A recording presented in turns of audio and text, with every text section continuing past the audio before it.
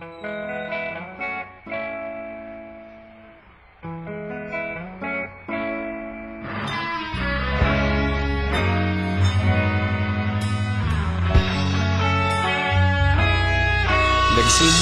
ang lahat sa eskwela, nagsama-samang 12 sa kalokohan at sa tuksuhan, hindi maawat sa isa't isa.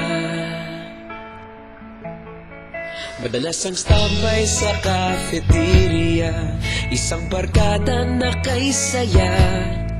Laging may hawak-hawak na gitara, konting udyok lamang kakanta na.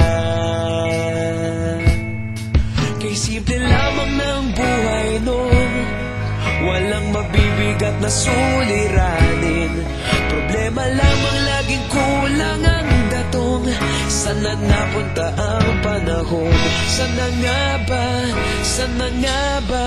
Sana napunta ang panahon? Sana nga ba? Sana nga ba? Sana napunta ang panahon? Sa unang ligaw kayo'y magkasama, magkasabwat sa pambobola. Walang sikreto kayong tinatago, okay sarap ng samahang barkada.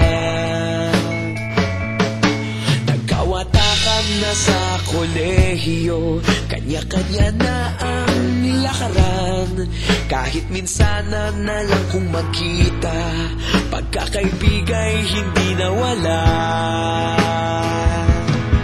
At kung saan na napadpad ang ilan, sa dating eskwela meron ding naiwan. Meron pa ng mga ilang nawala na lang, nakakamiss ang dating samahan.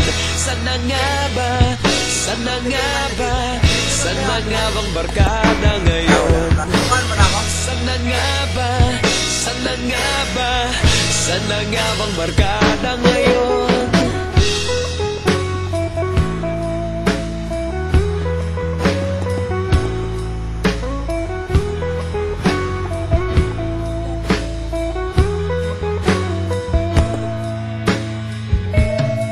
Ilang taon din ang nakalipas, wala sa aming tatay na nagsusumikap upang yumaman at guminhawang kinabukasan.